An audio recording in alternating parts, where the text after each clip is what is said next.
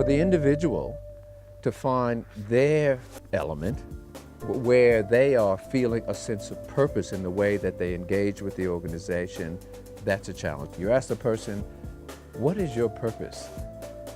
And it's almost like you've insulted them.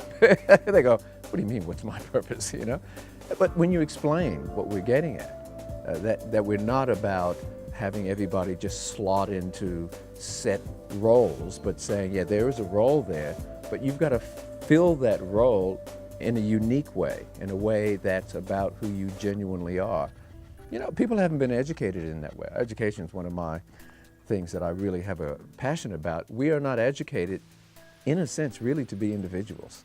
We're educated in a sense to kind of sit in a slot, to do as we're told, to really not be so creative, but to fit into a role, or we would call it a profession.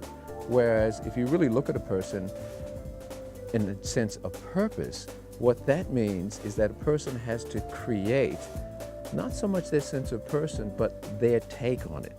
So purpose is there for each individual. What is it? You know, for John Lennon, it's music, you know, and when he was in high school, apparently, they didn't even let him participate in the choir. The choir instructor said, oh no, that voice will just throw everything off.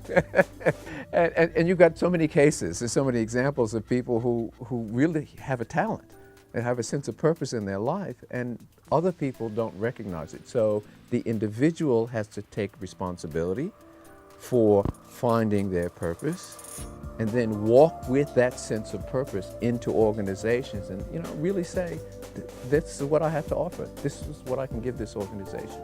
And the organization then has to say, right, we like that, do that. You know, and we know you will create value. We know that you'll do a good job, and you'll be creative. Because the point is that when a person really is working from a sense of something that's deeply meaningful, important to them, that's when they're most productive and creative. And that's what we're looking for. And that's a person who's engaged.